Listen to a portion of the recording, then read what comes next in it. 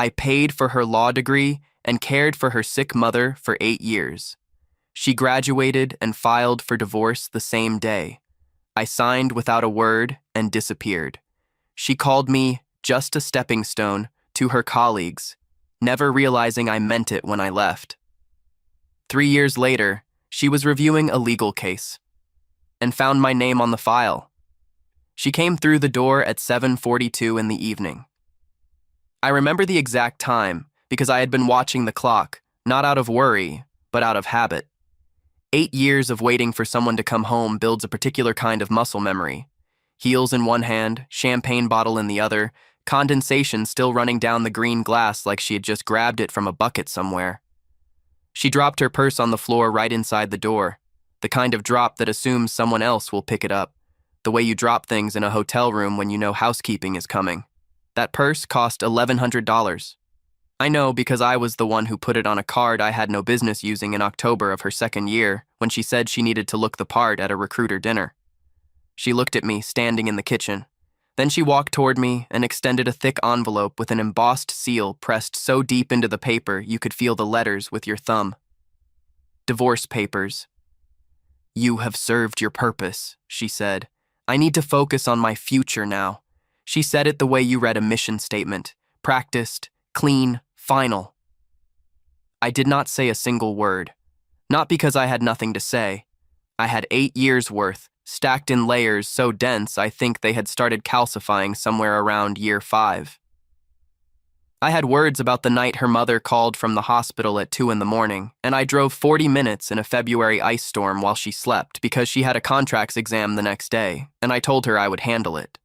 I had words about every Thursday afternoon I sat in that oncology waiting room, reading insurance claim appeals on my phone so I could argue the codes correctly, because the billing department kept miscategorizing her mother's infusions.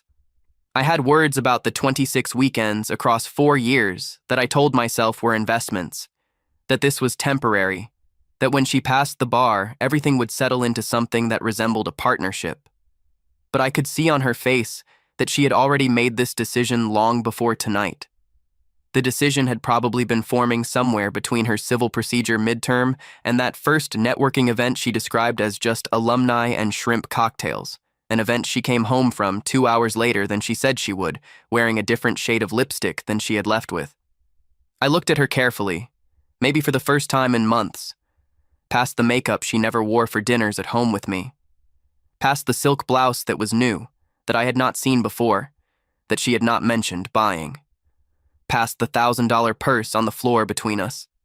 I reached into the kitchen drawer, found a pen, and signed every single page of that document. Each signature was deliberate, unhurried. I did not skim. I read the terms, which were exactly as generous to her as I expected they would be, because I had already decided months ago that I would not fight for anything material. I handed her the house keys. Then I handed her the second envelope, the one that had been sitting in that drawer for 11 days already, the one I had prepared because some part of me had seen this coming the way you see weather coming, not the exact day, but the shape of it, the pressure in the air. It contained her mother's complete remaining medical records, every prescription, every follow-up schedule, every specialist contact, color-coded by category, labeled by date, laminated tabs on the sections she would need most urgently. She took it without looking at it. But I watched her face when she realized what it was, and for just half a second, something moved behind her eyes. Not gratitude, more like the faint echo of guilt, which is the version of gratitude that arrives too late and knows it. The relief that followed was the part that stayed with me longest. She had been terrified, genuinely terrified, that I might cry, that I might beg, that I might make a scene she would have to manage on what was supposed to be a triumphant evening. I gave her none of that. I put on my coat, the gray wool one I had owned for 6 years, the one with the frayed left cuff I kept meaning to fix. I stepped out the front door into the cold November air and pulled it shut behind me with a quiet click. No bags, no plan. Just the coat, my wallet, and the particular stillness that lives on the other side of a decision you have finally stopped fighting. I want to tell you about the 8 years, because I think the number alone does not capture the texture of it. The 8 years were 2 jobs running simultaneously for the first 3 of them, a logistics coordinator role during the day, and a remote contract reviewing gig in the evenings that paid poorly but kept the lights on. The 8 years were $62,000 in tuition spread across 4 academic years, tracked in a spreadsheet I kept on a laptop she never opened. The 8 years were her mother, Margaret, who was one of the most dignified women I have ever sat with in a room, who apologized to me every single time I drove her to treatment, who once grabbed my hand in that waiting room and said, "You are a better man than she knows." I thought about Margaret a lot in those first weeks afterward. I hope she is being cared for. I chose to believe she was.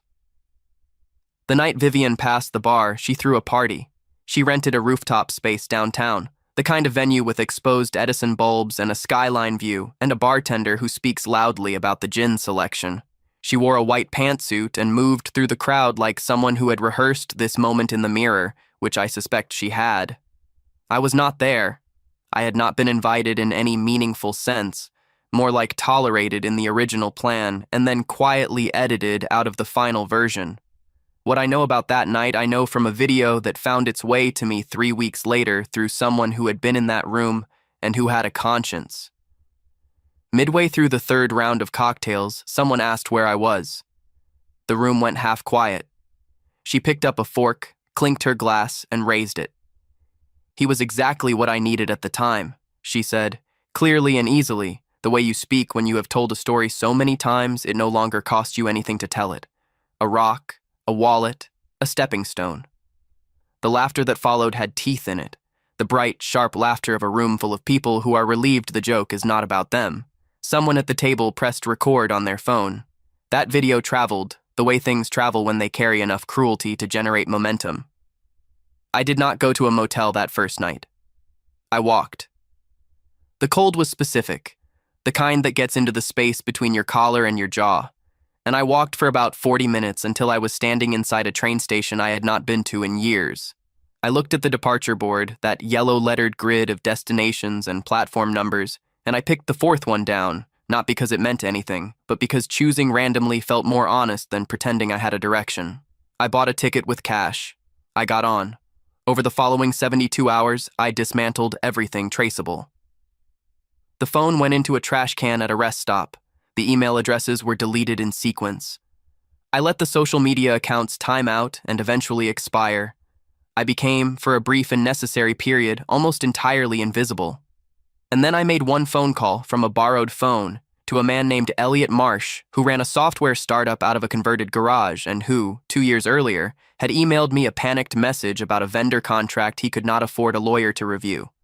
I had looked it over for free because the problem was interesting and I was bored, and because Elliot had a particular kind of desperate sincerity that I respected. I told him who I was and what had happened, in the broadest possible terms. I told him I did not want money. "I want a seat," I said. "Let me help you not get screwed." He was quiet for a moment. Then he said, "When can you start?" What Elliot did not fully appreciate yet was that the vendor contract I had reviewed for him years ago had contained a clause that would have transferred majority operational control to the vendor after 18 months of service dependency. A clause written in deliberately ordinary language, tucked between 2 genuinely boring provisions about payment schedules. I had flagged it in a half-page note he probably filed away and forgot. In the first week working with Elliot properly, I found something worse. A silent investor clause embedded in his Series A documents that would have stripped him of his own company within 6 months of a specific revenue threshold being crossed. He was 3 months from crossing that threshold. We rewrote it. I took 4% equity in return, which Elliot offered and which I accepted because it was fair, not because I needed it immediately, but because I understood what the company was going to become. That was year 1. By year 2, I was operating under a working name. D.S. Harwood. I chose it because it was plain, the kind of name that gets typed into a document and immediately forgotten, the kind of name that does not prompt anyone to search for a backstory. D.S. Harwood did not have headshots or a LinkedIn presence or speaking engagements. D.S. Harwood had results, the kind that spread through private conversations between founders and executives who were too sophisticated to want publicity around the problems they were solving. I became the person that CEOs called when they were frightened of something they could not name cleanly to their own counsel. when they had a deal that looked right but felt wrong, when they needed someone who would read the entire document and not just the flagged sections. I never raised my voice in any room I entered. I never filed a grievance or sent an angry letter. I never once mentioned her name to anyone. By year 3, the equity in 6 companies had begun to appreciate in ways that were genuinely significant. I carried 2 independent retainers for advisory work that I conducted from a small office that nobody visited without a specific invitation and a referral from someone I already trusted. Vivian, meanwhile, had built a public profile, headshots with perfect lighting, a polished website with phrases like fierce advocate and results-driven, a social media presence with a following that responded enthusiastically to posts about the grind, about building something from nothing, about having no safety net. Just hustle, her profile read repeatedly, the phrase appearing so often it had become almost liturgical. I read it once, and then I put my phone down and looked at the ceiling for a long moment. I once pawned my father's watch, the one he left me with a note in the box that said, "This belongs to a man who finishes what he starts," to cover the cost of her final semester of textbooks when a financial aid disbursement arrived late. The watch was gold with a black face. I got it back 6 months later. I keep it in the center drawer of my desk now. Then came the case, and this is where everything converges. A mid-size acquisition involving 2 companies in the technology services sector, the kind of deal that looks from the outside like a clean, efficient transaction between 2 willing parties. Those were her words in a pre-closing call that I would only learn about later. Clean, quick, elegant. She was lead counsel on the acquiring side, a high-profile assignment that her firm had given her because she had been performing well and because she projected exactly the kind of confidence that clients find reassuring in an attorney. The deal was supposed to close in 60 days. Instead, it started to rot. Procedural objections arrived at her office with a regularity and precision that began to unsettle her team. Letters that her own associate described in an email I would later see as surgical. Arguments that did not just respond to her positions but anticipated them, addressed the counter-argument she had not yet made, and closed every available avenue with a thoroughness that felt almost personal. Her managing partner asked twice in 1 week who opposing counsel was working with. Nobody could identify the source of the strategy. The named counsel on the other side was competent but not exceptional. Something else was driving it. Someone was staying 3 moves ahead of her, and she could not locate them on any document or in any correspondence. The case began bleeding time and billing hours, and, more expensively, her confidence. She was the last one in the office that particular night. It was a Tuesday. The cleaning crew had come and gone. She was at her desk with the file spread across 3 feet of glass surface, coffee gone cold, trying to find the fracture point, the place where the logic on the other side had to have a weakness. The courier envelope arrived at 8:17 in the evening, hand-delivered by a firm runner who logged it at the reception desk before she buzzed him through. She opened it herself, standing at the desk, one hand holding the flap, not sitting down because she expected it to be a routine supplemental filing. She scanned the cover letter. Then she slowed. Then she stopped entirely. The language in the closing paragraph was structured in a way she recognized, not from law school, not from any brief she had read in 3 years of practice, but from something older. A cadence she knew from a different context entirely. Short declarative sentences. No throat clearing, every word load-bearing. She turned to the final page, to the signature block, to the line where the advising party on the opposing side was identified by name. D.S. Harwood. She stood there for a long time without moving. Her associate, who had come back to retrieve a forgotten jacket, found her standing at her desk at 8:45, the document in both hands, all the color gone from her face. He asked if she was all right. She did not answer him immediately. Then she said quietly, "I need you to find out who D.S. Harwood is." He ran the name that night. He found almost nothing, which is its own kind of answer. A registered advisory entity. No public profile. No press. A small chain of equity positions in companies that had all grown substantially. A reputation in certain private circles that, when her associate finally reached someone willing to describe it, was summarized in 8 words. The person you hope is never working against you.